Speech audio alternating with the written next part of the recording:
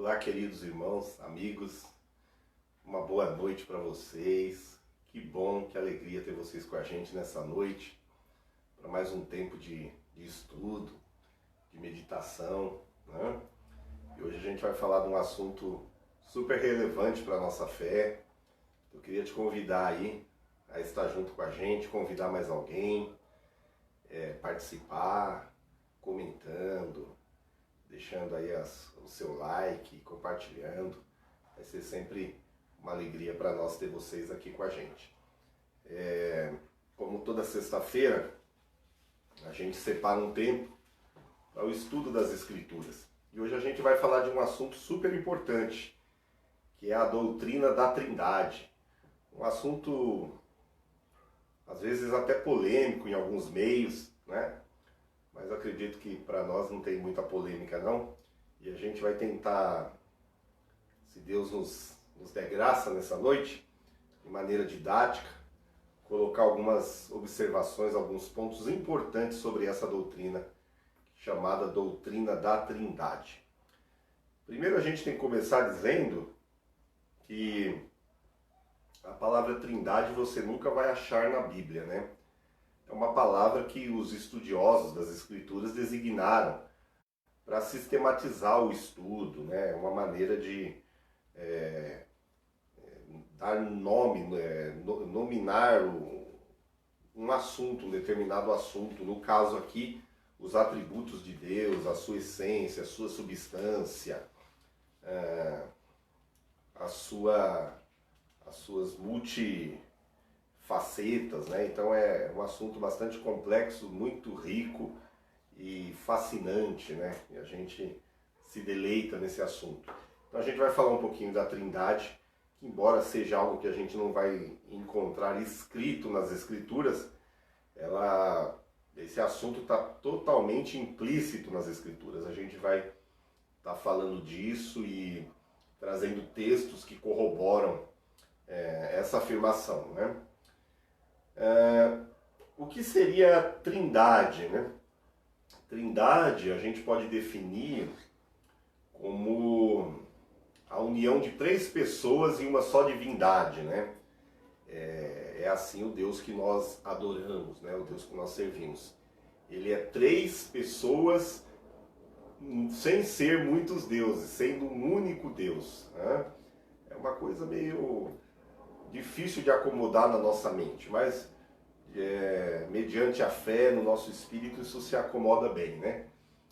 Na lógica humana, três nunca pode ser igual a um, mas na lógica de Deus sempre pode e assim o é, de fato é, né? Então a Trindade é a união de três pessoas em uma única divindade.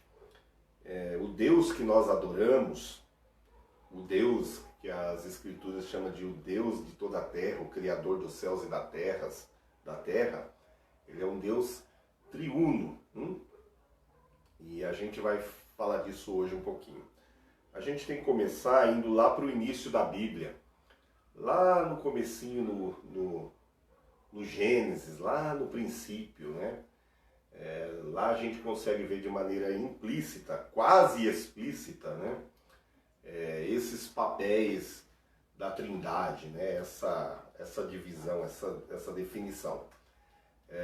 Na criação, você vê Deus dizendo o seguinte: façamos o homem, né? Se fosse um em um e não três em um, seria, não falaria com ninguém, né? Ele simplesmente faria, ou em vez de façamos, eu faço, né? Mas a palavra aqui, o verbo está no plural, dando a ideia de mais de uma pessoa no conselho ali no início, né? E lendo os versículos seguintes de Gênesis 1, você vê essa definição das três pessoas da Trindade, quando Deus diz, haja luz. Então, a palavra verbalizada lá no Evangelho de João, diz que essa palavra, o verbo, era Jesus, que era Deus, né? Ele era a palavra. Então, Deus o Pai lança a palavra e lá diz que o Espírito de Deus, uma terceira pessoa, ele pairava sobre a face do abismo. Então, ele, a partir daquela palavra, ele tudo gera, né? Tudo vem à luz. Então a gente vê logo no início esse conselho da Trindade em plena harmonia na criação das coisas, né? Ainda lá no livro de Gênesis, lá no início ainda, quando tem o evento da Torre de Babel, que os homens começam a levantar uma torre, o conselho da Trindade fala entre eles lá, ó, Gênesis 3, versículo 22, diz assim: eis que o homem é como um de nós, né? Não estaria falando sozinho. E lá em Gênesis 11 ainda, no versículo 7, falando desse fato, a Trindade no seu conselho diz assim: desçamos e os confundamos, né? Fala da confusão das línguas, do surgimento de vários idiomas. Então, aqui nesse início, de maneira implícita, a gente percebe que Deus não é uma pessoa solitária, mas são três pessoas em uma única substância e essência, um único Deus, né? A gente vai, ao longo aqui desse tempo, a gente vai discorrendo algumas outras informações bastante importantes para a gente absorver. No início lá, quando o texto que eu li, que Deus no início ele aparece lá em Gênesis 1, Deus ali, a palavra original é Elohim, né? No princípio criou Deus, no princípio criou Elohim, né? Então, aqui indica Trindade. A palavra Elohim, no português, ela é um dos primeiros nomes da divindade e é um substantivo plural, né, na sua forma, mas singular no significado. Então, plural na forma, Elohim, singular no significado, significando um único Deus. Então, é o que a gente chama de 3 em 1. Ao longo das Escrituras, a gente começa, principalmente no Novo Testamento, ter essa definição das três pessoas, essa manifestação, essa expressão de maneira bem mais notória do que no Velho Testamento, né? Que foram os textos que eu citei para vocês. Eu vou começar citando alguns. Jesus, quando ele reúne os seus discípulos e ele dá aquelas instruções finais, nós, os cristãos, chamamos essa passagem de Mateus 28 de a grande comissão, quando ele comissiona os seus discípulos aí por todo mundo, né, espalhar as boas novas do Evangelho, e ele fala, olha assim, portanto Mateus 28, 19, ide fazei discípulos de todas as nações, e então ele fala, batizando-os em nome do Pai, do Filho e do Espírito Santo. Jesus deixa de forma clara as três pessoas, Pai, Filho e Espírito Santo, as três pessoas da Trindade, como sendo Deus. A primeira carta do apóstolo João, no capítulo 5, ele faz uma afirmação bastante importante, bastante rica. Ele diz assim, porque três são os que testificam no céu. Ele está falando dos que estão no céu. O Pai, a palavra, como eu disse para vocês, o verbo encarnado lá, a palavra que estava no Gênesis lá, a palavra liberada pelo Deus Pai, Jesus, né? Então, por três são os que testificam no céu. O Pai, a palavra e o Espírito Santo. Aí ele coloca aqui, ponto e vírgula. E estes três são um. Carta de 1 de João, capítulo 5 e 7. Então, no céu são três os que testificam. O Pai, a palavra, que é Cristo, e o Espírito Santo. E esses três são um. Aqui não existe definição melhor, não existe nenhum versículo na Bíblia com definição melhor do que a Trindade. Três pessoas, no entanto, um único Deus, ok? Vamos definir mais profundamente a Trindade. O que é a Trindade? Na Trindade, no interior dela há uma comunidade de pessoas, que é o que eu estou dizendo para vocês aqui desde o início. Pai, Filho e Espírito Santo. Essas três pessoas têm modos distintos de se expressar, têm atributos pessoais, são pessoas, né? Atributos próprios, né? No entanto, essas pessoas, elas comportam e se ajeitam ali com uma mesma essência, uma essência inseparável, mesmo sendo três pessoas, uma mesma essência, uma mesma substância, né? Então, um Deus subsistindo na pessoa, na forma de três pessoas, né? Essas três pessoas têm a mesma substância, o mesmo poder, a mesma eternidade, enfim, todos os atributos divinos que uma pessoa tem, o outro tem, ok? Aqui algumas definições mais assim, teológicas, mas que são muito importantes. O Pai, que a gente chama de primeira figura da Trindade, primeira pessoa, ele não é gerado, não foi gerado por ninguém. O Filho, a segunda pessoa, Jesus Cristo, ele é eternamente gerado do Pai. E o Espírito Santo, a terceira pessoa da Trindade, assim a gente define para efeito de estudo, mas não em ordem, em hierarquia, nada disso. O Espírito Santo, ele é eternamente procedente do Pai e do Filho. É por isso que em alguns lugares da Escritura o Espírito Santo é chamado de o Espírito de Deus, e em outros lugares ele é chamado de o Espírito de Cristo. Okay? E quando fala dele mesmo, se referindo à sua própria identidade, é chamado de Espírito Santo. Então, é uma definição teológica, mas uma definição importante. Algumas premissas bíblicas para a gente dar andamento aqui. A primeira delas, que eu estou afirmando aqui desde o início, é o atributo da unidade. Três pessoas subsistindo no único Deus. Tem uma afirmação que o próprio Deus faz através do profeta Isaías. Está lá registrado em Isaías 45:5, que ele diz assim: eu sou o Senhor, ou eu sou o Yahvé, e não há outro. Fora de mim não há outro Deus. Então é um único Deus. Um outro atributo, que é uma premissa bíblica importante, é o atributo da pessoalidade. Deus, seja ele na pessoa do Pai, do Filho ou do Espírito Santo, não é uma força, uma energia, não, é uma pessoa com vontade, com decisão, sentimentos, inteligência, ok? Atitude, ação. Então, o atributo da pessoalidade na Trindade, ele é uma premissa bíblica muito importante, né? A gente ter uma ideia mais robusta da nossa fé, no que cremos, né? O Pai, o Deus Pai, é uma pessoa.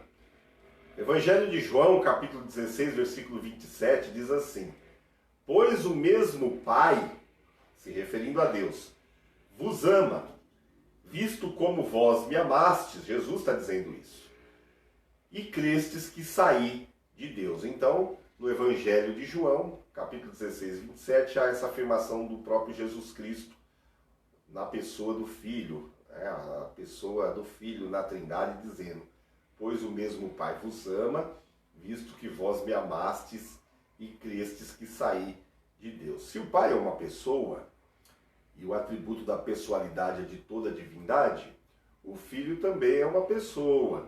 E aqui ainda no Evangelho de João, só que no capítulo 17, versículo 5, Jesus faz a seguinte oração: e agora, glorifica-me tu, ó Pai, junto de ti mesmo, com aquela glória que tinha contigo antes que o mundo existisse. Aqui mundo, criação, né? Antes que a criação existisse. Então, o Filho também é uma pessoa que aqui, segundo ele diz,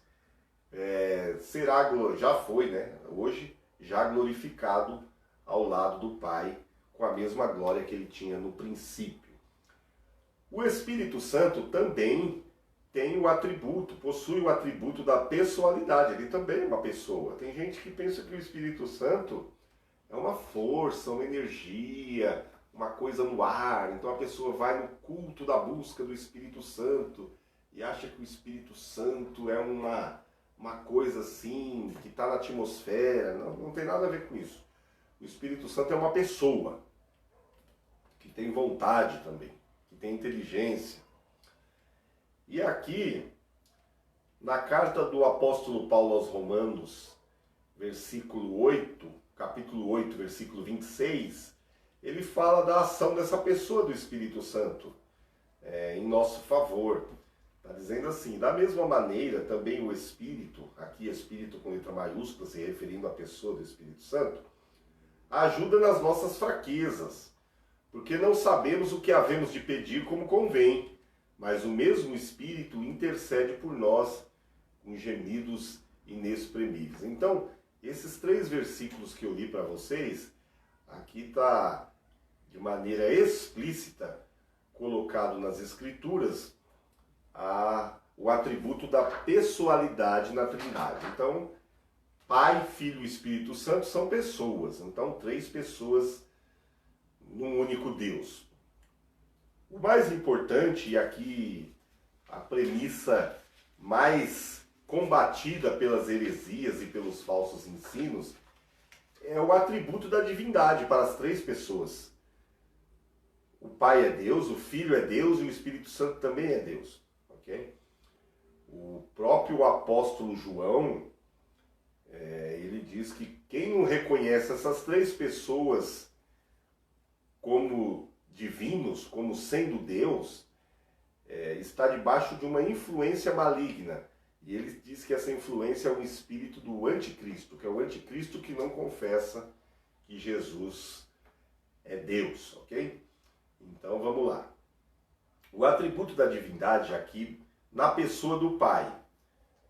Romanos, carta do apóstolo Paulo aos Romanos, no capítulo 1, versículo 7, ele diz assim: a todos os que estáis em Roma, amados de Deus, chamados santos, graça e paz de Deus, nosso Pai, e do Senhor Jesus Cristo. Então, aqui ele diz que Deus, o nosso Pai, chama o nosso Pai Celestial de Deus. Então, aqui uma afirmação sobre a divindade do Deus Pai. Na carta do escritor aos Hebreus, há uma afirmação da pessoa de Jesus Cristo, a pessoa do Filho como Deus, também possuindo o atributo da divindade. Hebreus 1:8 diz assim: mas do Filho diz, aqui está se comparando a superioridade de Jesus Cristo em relação aos anjos, diz assim: mas do Filho, aqui Filho com letra maiúscula, se referindo a Jesus, mas do Filho diz, ó Deus, o que se fala do Filho, ó Deus, o teu trono subsiste pelos séculos dos séculos, cetro de equidade é o cetro do teu reino. Então, ele é chamado de Deus. O Filho também é Deus. E por fim, a pessoa do Espírito Santo também é divina, é Deus também. Aqui tem um caso do início da igreja, lá no livro de Atos dos Apóstolos, que um casal aqui vai diante do apóstolo Pedro e mente, né? Eles levam uma quantia em oferta, e então eles mentem para Pedro, e aqui a repreensão não se trata pelo valor que eles trouxeram como oferta, mas pelo que eles tinham votado diante das outras pessoas, dizendo que tinha vendido a propriedade por um valor diferente do que na verdade eles tinham vendido. Então, em Atos capítulo 5, versículo 3 e 4, eles contam uma mentira para Pedro, E Pedro diz que essa mentira não foi contada a ele, mas a Deus, né? Que foi contada ao Espírito Santo. Vocês querem ver? Ó? Atos capítulo 5, versículos 13 e 4, diz assim: Disse então Pedro: Ananias, por que encheu Satanás o teu coração para que mentisses ao Espírito Santo e retivesses parte do preço da herdade, guardando-a não ficava para ti, e vendida não estava em teu poder? Por que formasse este desígnio em teu coração? Não mentiste aos homens, mas a Deus. Então, primeiro afirma que ele mentiu ao Espírito Santo. E no final diz, que arremata a ideia dizendo: você não mentiu a homens. Se você mentiu ao Espírito Santo, você mentiu a Deus. Então essa história aí do casal Ananias e Safira, eles não mentiram a homens, mas a Deus, porque mentiram ao Espírito Santo. É isso que está registrado no capítulo 5 de Atos. Então, aqui fica também comprovada a divindade do Espírito Santo. Um outro atributo que é uma premissa bíblica importante para a Trindade também é a individualidade. Não confundir individualidade com pessoalidade. Eles são pessoas distintas, não três iguaizinhos. São iguais em substância e essência, mas tem individualidade, né? Então vamos lá. Algumas aqui afirmações que a Bíblia dá como certa. Em João 8,16, a gente observa que o pai não é o filho. A gente não pode confundir isso. São indivíduos diferentes. O pai não é o filho, quer ver? E se na verdade julgo, o meu juízo é verdadeiro, porque não sou eu só, mas eu e o Pai que me enviou. Então Jesus está dizendo que não é ele só, é ele e o Pai. Então ele está falando de duas pessoas aí. Individualidade. Uma outra premissa ainda dentro do atributo individualidade é que o Filho, ou seja, Jesus Cristo, ele não é o Espírito Santo e também não é o Pai. Quer ver? Está aqui na promessa que ele nos deixou. No Evangelho de João, capítulo 14, versículo 26, ele diz assim: mas aquele Consolador, e aí ele começa a definir as pessoas, o Espírito Santo, primeira pessoa, que o Pai, outra pessoa, enviará em meu nome, três pessoas, esse vos ensinará todas as coisas e vos fará lembrar de tudo quanto vos tenho dito. Está absolutamente claro nas Escrituras a Trindade. Então, o Consolador é o Espírito Santo, que o Pai vai enviar no nome dele. Então, aqui está caracterizado a individualidade de três pessoas. E também, ainda dentro desse assunto aqui, individualidade na Trindade, o Espírito Santo também não é o Pai nem é o Filho. Quer ver? Atos capítulo 10 e 38, diz assim: como Deus ungiu a Jesus de Nazaré com o Espírito Santo e com virtude, o qual andou fazendo bem e curando a todos os oprimidos do diabo, porque Deus era com ele. Então, Deus era quem? Deus o Pai era com Jesus de Nazaré, outra pessoa, duas pessoas, que foi ungido com o Espírito Santo, terceira pessoa. Percebe? No único versículo, as três pessoas aqui estão identificadas. Aqui se configura a individualidade das pessoas da Trindade. Três palavras ajudam a gente a entender melhor a doutrina da Trindade. A primeira palavra é a Trinidade. O que é Trinidade? Trinidade é entender que no interior da divindade há três pessoas distintas, com atributos e qualidades pessoais, individuais, que compartilham a mesma essência. Isso é Trinidade. Uma outra palavra que ajuda a gente a entender a Trindade, a doutrina da Trindade, é a unidade.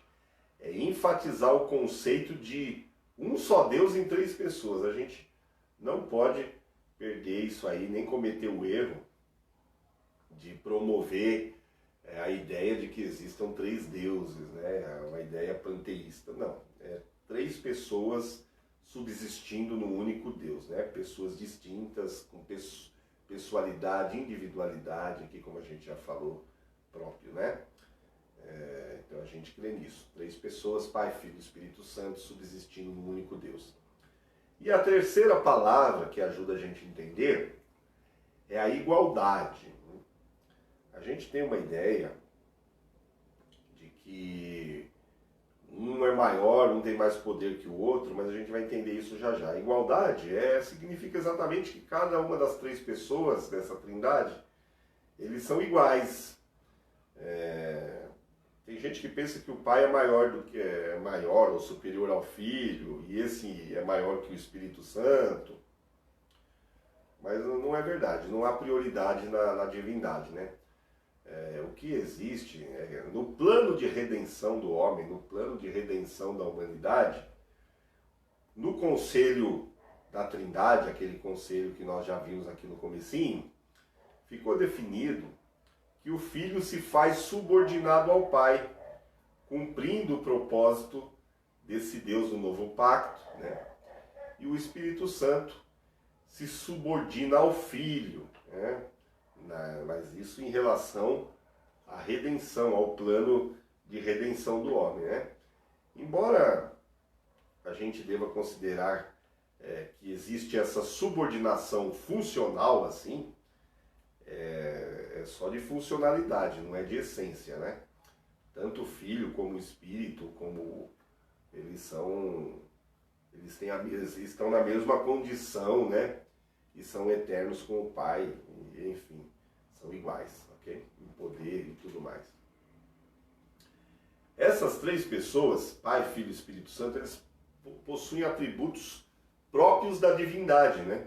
Que é a eternidade, ser eterno, infinitude, poder, sabedoria, enfim, conhecimento infinito, onisciência, presciência, onipresença, onipotência, santidade, verdade, benevolência, comunhão, então, enfim, todos esses atributos que são exclusivos da divindade, alguns atributos comunicáveis, outros incomunicáveis. A gente não tem muita ideia do que é eternidade, do que é infinitude, são atributos incomunicáveis. A gente tem ideia do que é santidade, de certa forma, de maneira parcial, do que é comunhão, de alguma coisa, algum desses atributos a gente, por causa de ser um atributo relacional, a gente consegue ter uma vaga ideia do que seja, né? Mas tem alguns atributos aqui que são peculiares, pertinentes à divindade,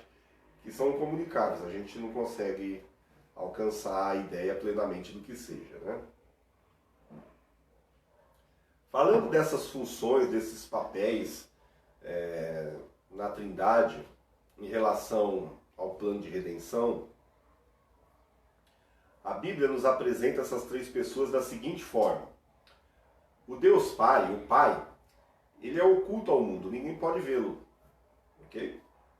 Moisés fez esse pedido lá no Velho Testamento, Deus passou pelas costas de uma maneira enigmática, mas ele não pôde ver a Deus. Então, o Pai, a pessoa do Pai na Trindade, ele está oculto ao mundo. Quem se revela ao mundo é o Filho, né? O Filho, mais do que se revelar ao mundo, diz que ele revela o Pai ao mundo. O próprio Jesus diz assim, quem vê a mim, vê ao Pai. O escritor aos Hebreus, no capítulo 1, versículo 1, diz que ele, Jesus, o Filho, ele é a expressa imagem do Deus invisível. Então o Deus que não se vê é visível na pessoa de Jesus. Então, o Pai está oculto, invisível ao mundo. O Filho se revela e revela o Pai oculto ao mundo. Ele é a imagem do Deus invisível. E o Espírito Santo, ele executa as ações tanto do Pai como do Filho no mundo, né? O Deus Pai é descrito assim por sua função como tendo eterna liderança na Trindade, né? E essa liderança se resume à soberania de Deus sobre tudo, sobre toda a criação, sobre tudo, sobre o mundo, sobre a história. Disso decorre o que a gente chama de prioridade, né? Sobre as outras 2 pessoas nas referências bíblicas. Isso nos dá a ideia de uma hierarquia onde um tem mais poder que o outro, e a gente acabou de ver que não, isso é só no plano da redenção que um se subordina ao outro em amor, em comunhão plena. Né? O Filho, né, a pessoa do Filho na Trindade é descrita por sua função como sendo a pessoa que faz a eterna mediação, né, entre o Deus Pai com a criação. Ele é o meio que liga, né, o Deus oculto com a criação, com o Criador que está em oculto, com a sua criação. Né? Ele resume então a revelação de Deus ao mundo. E o Espírito Santo, ele é descrito por sua função como sendo de eterna procedência, né, da parte do Pai e do Filho. Ele resume, né, a atuação de Deus no mundo. É feito hoje na pessoa do Espírito Santo. Se Deus o Pai está oculto e o Filho se revela e ele expressa o Pai que está em oculto, e o Espírito Santo ele cumpre as ações dadas pelo Pai e pelo Filho, a gente vai entender que então que só dessas 3 pessoas, 2 estão, digamos assim, afastadas, né, do relacional aqui com a gente. Então, o Filho e o Espírito Santo, a gente pode dizer que eles são como os braços de Deus, né, que tocam a criação, né? Daí que vem essa questão de estar subordinado, de estar subsidiado no outro, do Filho e do Espírito estar subsidiado em relação ao Pai, por distinção de função. Né? A gente chama isso aí, estudando teologia, de transcendência e imanência. Né? Nessas 3 pessoas que subsistem no único Deus, como uma está oculta ao mundo, está mais elevada, e as outras 2 que interagem, se manifestam ao mundo e toca a criação e o homem, e convence e se relaciona, a gente costuma definir essas 2 características como transcendência e imanência, ou seja, o Deus, o Yahvé, Pai, Filho e Espírito Santo, essas 3 pessoas são transcendentes, eles não são a criação, eles estão separados da criação, eles são criador. E mesmo estando separados, eles fazem por onde se relacionar com a criação. Então, eles são imanentes, né? Ao mesmo tempo que são transcendentes, transcende isso, eles são imanentes, eles se relacionam. Existe uma questão de relacionamento entre Deus e homem, né? E aqui Deus nas 3 pessoas, ok? Transcendência e imanência, isso é uma característica da divindade. Há vários textos na Bíblia, né, que aparecem ali mostrando Deus falando com Ele mesmo, né? Façamos o homem, desçamos, aquelas coisas que a gente falou no início. São textos que revelam um conselho dentro da Trindade, né? Salmo 40, se não me engano, em Hebreus capítulo 10, repete Salmo 40, falando disso, em que Deus se aconselha com Ele mesmo e define entre Ele. Ou seja, Pai, Filho e Espírito Santo decidiram e fizeram um pacto e se aconselharam sobre tudo entre eles, porque a Bíblia diz que nós não podemos dar conselho para Deus, né? Deus é muito mais elevado, a nossa sabedoria chega perto da sabedoria de Deus. Então, a gente percebe isso, esse conselho funcionando, Deus conversando consigo mesmo, aconselhando-se consigo mesmo. Isso é maravilhoso, né? A Bíblia é muito rica. Algumas evidências da Trindade ainda lá no início, lá no Velho Testamento. Eu queria deixar com vocês até mais a título de curiosidade. Tá? Quando a gente vai lá para Gênesis, no capítulo 48, começa a falar das bênçãos que Jacó vai impetrar sobre os seus filhos, né, antes de morrer. E ele faz uma declaração que, de maneira implícita, ele está falando da Trindade, está falando das três pessoas da Trindade. A gente chama isso de trisagia, tá? Então tá lá, Gênesis 48, versículo 15 e 16 diz assim, vamos ler bem devagarinho para a gente não perder aqui o raciocínio.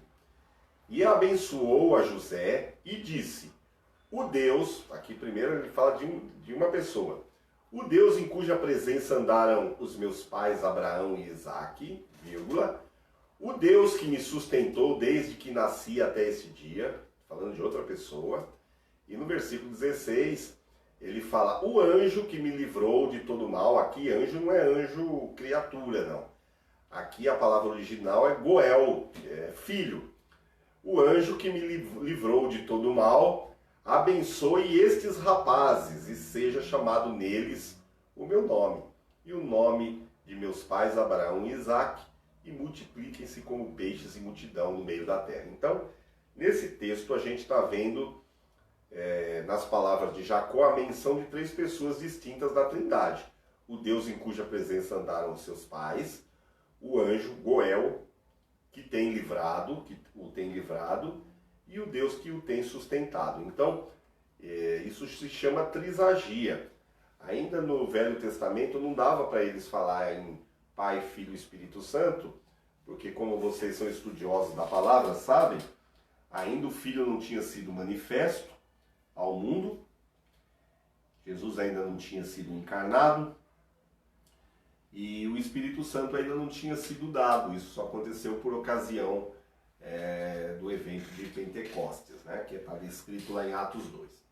Então, mas aqui a trisagia, as três pessoas da Trindade, de maneira distinta, são citadas e relacionadas aqui nessa bênção aqui de Jacó sobre José. Okay?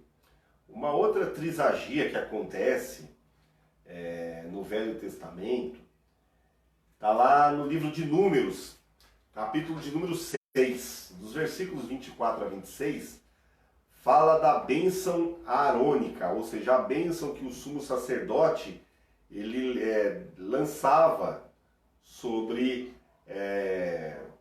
o povo, né? Até hoje ainda tem gente que, em vez no final de um culto, proclama a bênção aarônica, que ela tem um caráter inferior na revelação. É uma trisagia que fala das três pessoas da Trindade, porém sem definir Pai, Filho e Espírito Santo, porque ainda não tinha sido revelado. Então é uma bênção de revelação inferior, né? Então não deveria ser aplicada para a nossa liturgia no Novo Testamento. Mas é uma bênção sacerdotal, está lá em Números 6, versículos 24 e 26, que fala assim, Arão falava da seguinte forma, o Senhor te abençoe, o Senhor faça resplandecer o seu rosto sobre ti e tenha misericórdia de ti, e o Senhor levante sobre ti o seu rosto e te dê paz. Então você vê a repetição das três pessoas da divindade, da Trindade, sem defini-las, porque não havia revelação delas. Mas já estava implícita essa revelação de modo didática. Deus dá essa bênção através de Moisés para Arão abençoar o povo. Então, isso a gente chama de trisagia, né? O Senhor te abençoe e te guarde, o Senhor faça resplandecer o seu rosto sobre ti e tenha misericórdia de ti, e o Senhor sobre ti levante o teu rosto e te dê paz. São o Senhor e o Senhor perfazendo as três pessoas da Trindade. E a gente nota que no versículo seguinte, mesmo sendo citado três pessoas, a palavra Senhor 3 vezes, como a gente pode dizer, a menção leva à ideia de que o sacerdote, ele sabia que a bênção era de um único Deus, porque no versículo seguinte, nas instruções, diz assim, assim porão o meu nome sobre os filhos de Israel e eu os abençoarei. É Deus falando, né? Então, Yahvé dizendo, assim porão o meu nome sobre os filhos de Israel e os abençoar. Como vai ser colocado o nome e a bênção de Deus sobre eles? Na trisagia, falando de 3 pessoas da Trindade. É isso que acontecia, né? Já no Novo Testamento, o Filho já tinha sido manifesto, o Espírito Santo já estava para ser dado aqui nesse texto que eu vou ler para vocês. Jesus já falava sobre o Espírito Santo, falava de alguém que viria com a mesma essência, substância, igual a ele, o Alon, né? Então, eles já tinham de forma didática conhecimento das 3 pessoas da Trindade. Então aqui a gente vai ver no Novo Testamento já de maneira bem mais clara a manifestação, a expressão da Trindade. Por exemplo, Jesus Cristo dá instruções de como se batizar pessoas. E lá em Mateus 28 e 19, Jesus diz assim, que as pessoas deveriam ser batizadas em nome do Pai, do Filho e do Espírito Santo. Então, eles declarariam a Trindade por ocasião do batismo nas águas. No batismo de Jesus, a gente vai ver isso de maneira clara. As 3 pessoas da Trindade aqui, das 3 pessoas da divindade, são evidenciadas de maneira distinta aqui, quer ver? Essa narrativa está em Mateus, no capítulo 3, versículos 16 e 17, que diz assim, e observe as pessoas, e sendo Jesus, a primeira pessoa, batizado, saiu logo da água, e eis que se lhe abriram os céus, e viu o Espírito de Deus, a segunda pessoa, descendo como pomba e vindo sobre ele. E agora a terceira pessoa, e eis que uma voz do céu dizia, este é o meu filho amado, em quem me comprazo. Então tem o Pai aparecendo de maneira oculta, como é a ideia, o Pai sempre oculto, mas falando uma voz, e ele afirmando que Jesus era o Filho amado, em quem ele tinha prazer. E na mesma hora, o Espírito Santo repousa sobre ele, desce sobre ele, na figura de uma pomba. Então, você vê as 3 pessoas da divindade aqui identificadas num único texto. Ainda no Novo Testamento existe uma outra evidência da Trindade na bênção apostólica, que é a bênção que é derramada sobre o povo de Deus na nova aliança, diferente da bênção araônica, que era a bênção da velha aliança, que era uma trisagia de pouca revelação, né? Já que a bênção apostólica, que era a bênção que os apóstolos de Jesus ministravam e impetravam sobre o povo, e isso é ensinado nas cartas paulinas principalmente, tem um outro nível de revelação. Então eu peguei uma só, entre tantas bênçãos apostólicas, com várias palavras diferentes, mas quase sempre todas elas convergem no sentido da bênção ser impetrada, falando-se sobre as 3 pessoas da divindade. Então, na segunda carta de Coríntios, no capítulo 13, versículo 14, tem uma bênção apostólica aqui, que tá, e a gente vê as 3 pessoas aqui, quer ver? Ó? A graça do Senhor Jesus Cristo, o amor de Deus o Pai e a comunhão do Espírito Santo seja com todos vós. Então, a gente aqui de maneira clara vê a pessoa de Jesus Cristo, a pessoa de Deus o Pai e o Espírito Santo.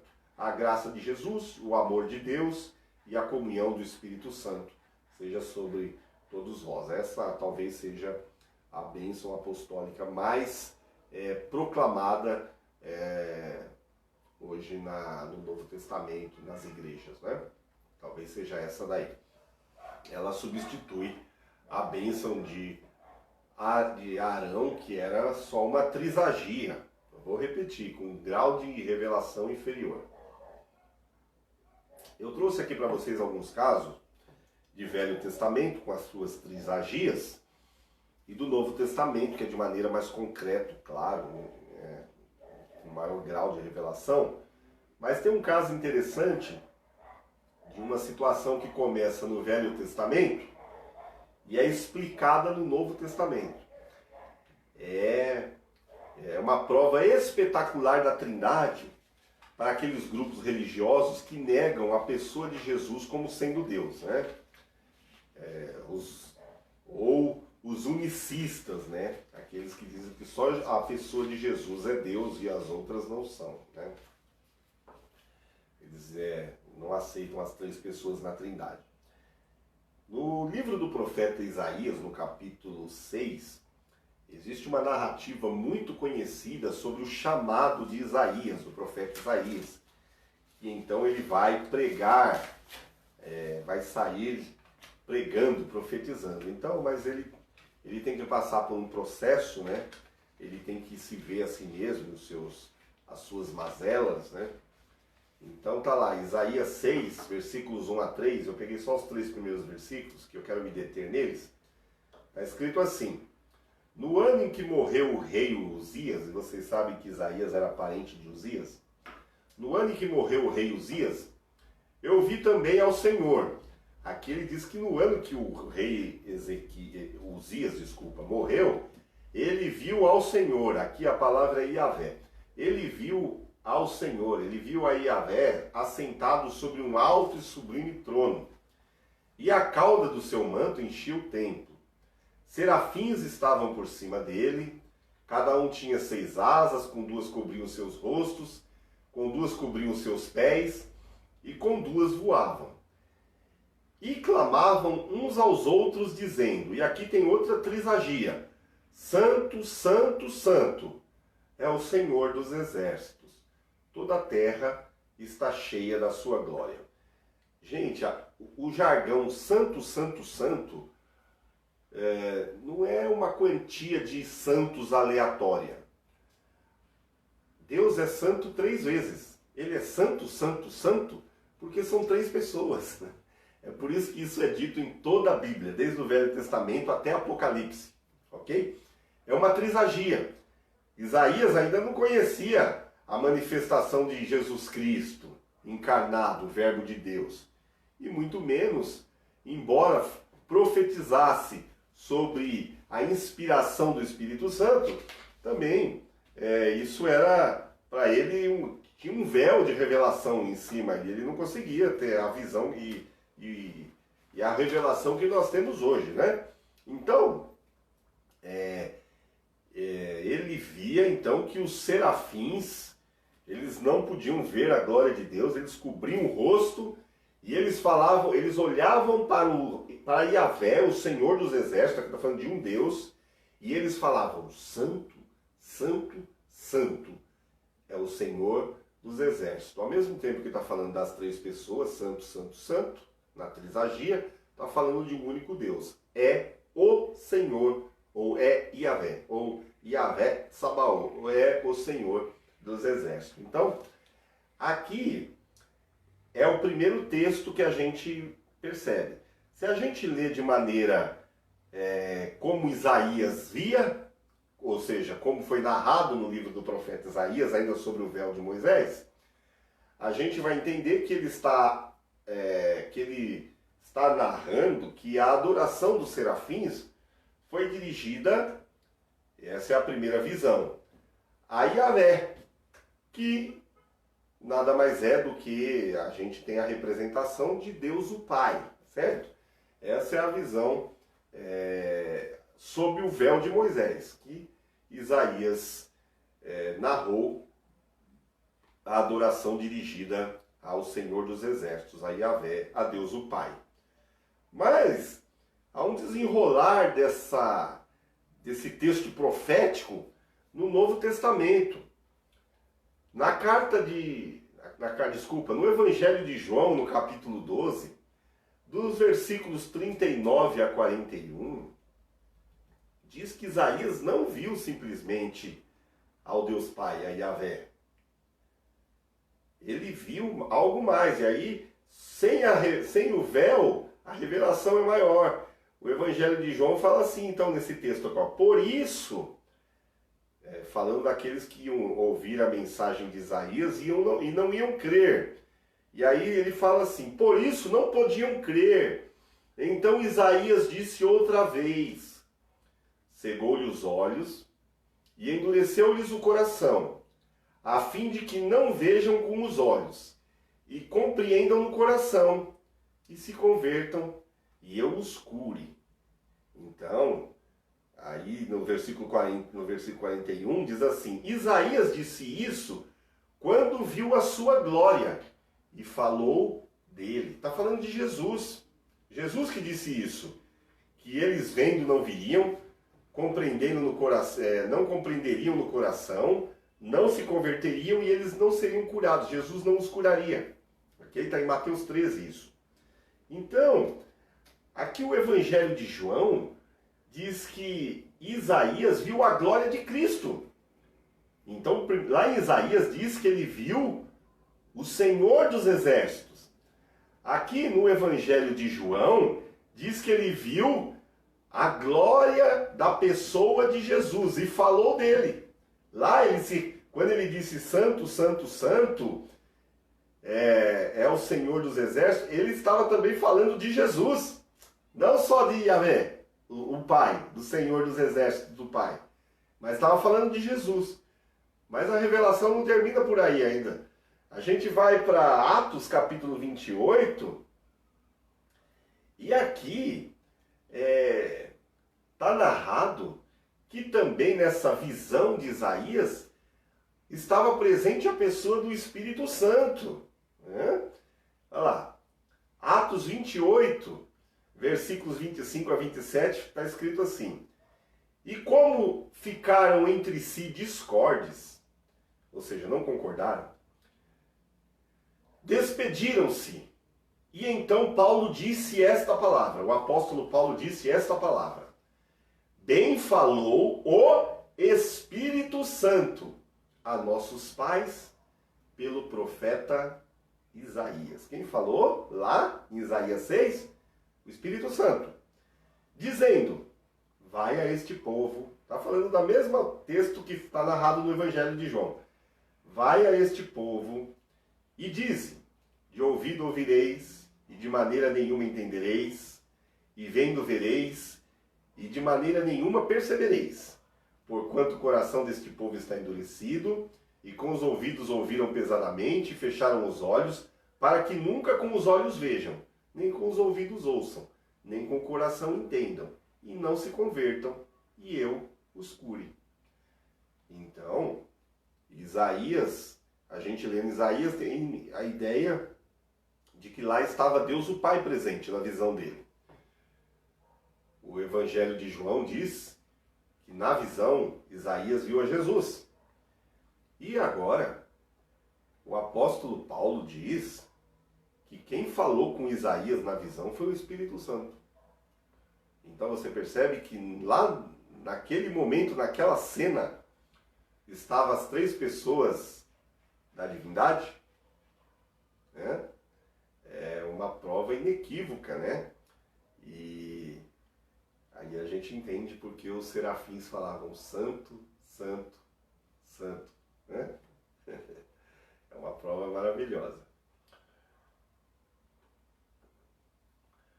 E para a gente ir para os finalmente, para aquilo que interessa hoje, estudar a Trindade, a gente é corpo, a gente é igreja, a gente é povo de Deus. Como a Trindade interage e se relaciona no corpo de Cristo. Eu peguei um único texto, que está lá na primeira carta de Paulo aos Coríntios, no capítulo 12, versículo 4 a 6, que diz assim: ora, há diversos dons, mas o Espírito é o mesmo. E há diversidade de ministérios, mas o Senhor é o mesmo. E há diversidade de operações, mas é o mesmo Deus que opera tudo em todos. Então, aqui está descrita a Trindade, dizendo que há muitos dons que são do Espírito, há muitos ministérios que são do Senhor ou são do Filho, e há muitas operações, modos de se operar esses dons e esses ministérios, mas é o mesmo Deus que opera tudo em todos. Então, a Trindade, de maneira harmoniosa,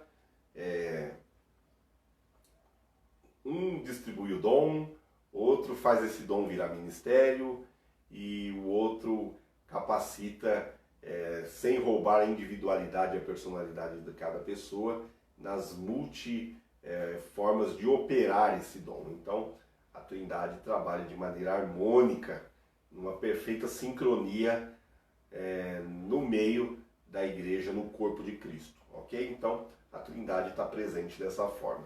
Também, a interação da Trindade se dá na salvação, no plano de salvação, na redenção, né? Como eu disse para vocês, essa subordinação do Filho em relação ao Pai, do Espírito em relação ao Pai e ao Filho, é só funcional, mas não de essência, né? Então, a gente vai ver essa interação também na redenção das três pessoas da divindade. Então, a gente percebe que o que as Escrituras nos informam.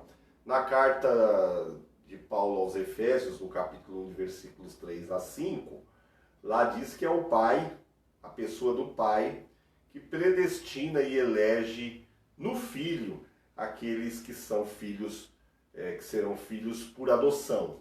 Está lá em Efésios 1, 3 e 5, que diz que Deus o Pai, bendito Deus e Pai de nosso Senhor Jesus Cristo, o qual nos abençoou com todas as bênçãos espirituais nos lugares celestiais em Cristo, como também nos elegeu nele, antes da fundação do mundo, para que fôssemos santos e irrepreensíveis diante dele em amor, e nos predestinou para filhos de adoção por Jesus Cristo, para si mesmo, segundo o beneplácito de sua vontade. Então o Pai predestina e elege no Filho para sermos filhos por adoção.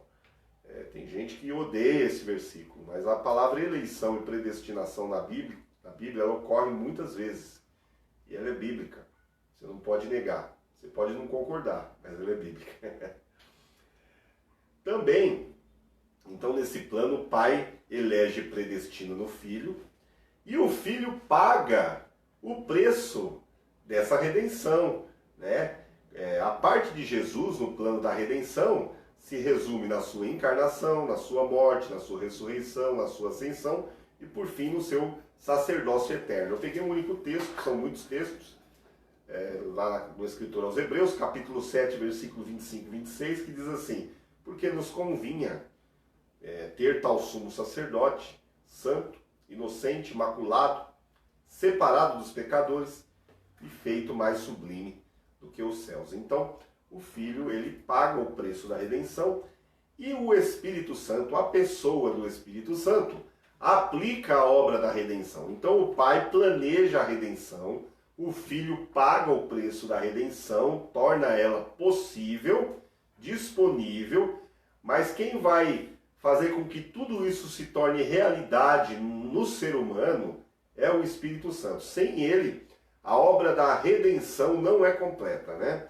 A obra da redenção, ela consiste no homem no novo nascimento, na regeneração, no convencimento, no arrependimento e na santificação, que são obras exclusivas da pessoa do Espírito Santo. Jesus diz aqui, no Evangelho de João, capítulo 3, versículos 5 e 6, ele diz assim: Jesus respondeu: na verdade te digo, que aquele que não nascer da água e do Espírito não pode entrar no reino de Deus. O que é nascido da carne é carne, e o que é nascido do Espírito é Espírito. Ainda outro texto falando sobre a obra do Espírito Santo na aplicação da redenção, está na carta de Tito. Uma carta difícil, pouca gente lê essa carta. Tito, capítulo 3, versículo 5, diz assim: não pelas obras de justiça que houvéssemos feito, mas segundo a sua misericórdia, nos salvou pela lavagem da regeneração e da renovação do Espírito Santo. Jesus falando ainda do Espírito Santo, da sua obra.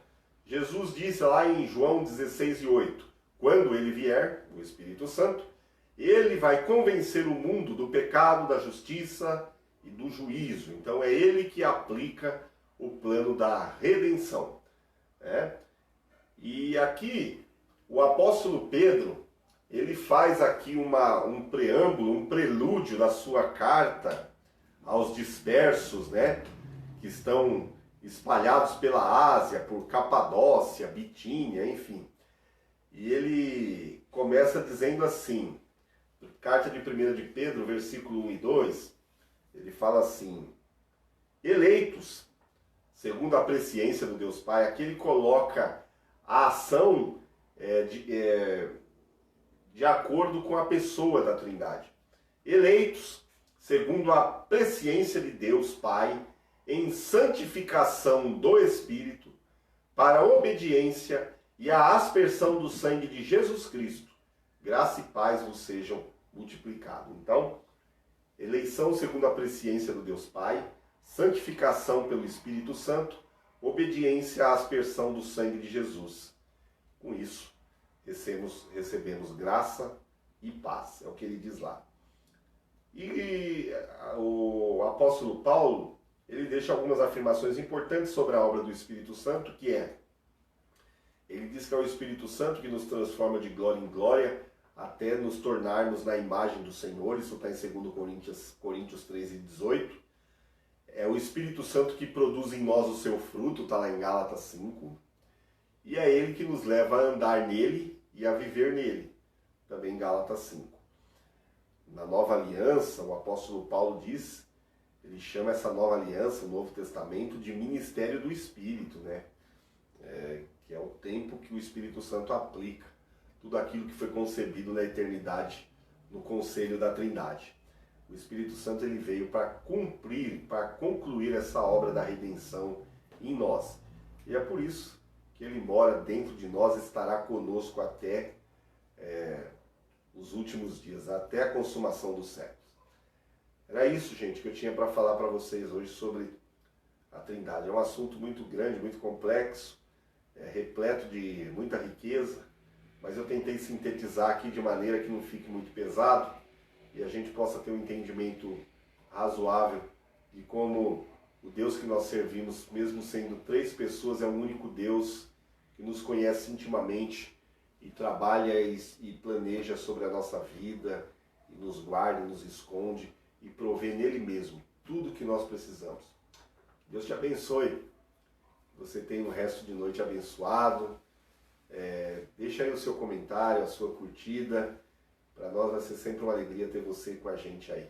Se Deus permitir, a gente vai estar junto na próxima sexta-feira. Um grande abraço a todos. Tenha uma ótima noite. Em nome de Jesus.